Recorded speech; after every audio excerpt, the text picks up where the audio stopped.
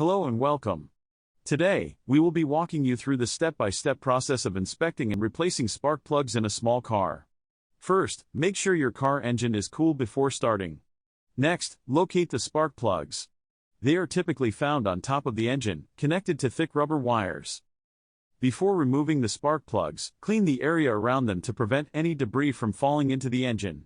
Now, using a spark plug socket and ratchet, carefully loosen and remove the old spark plug.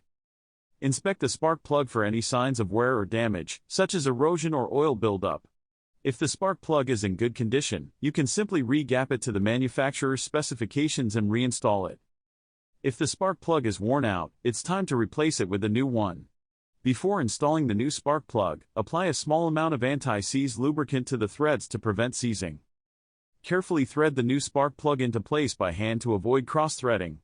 Finally, use a torque wrench to tighten the spark plug to the manufacturer's recommended torque specification. Repeat these steps for each spark plug in your car, and you're all set. Thanks for watching. Don't forget to subscribe to our channel for more helpful tips and tutorials.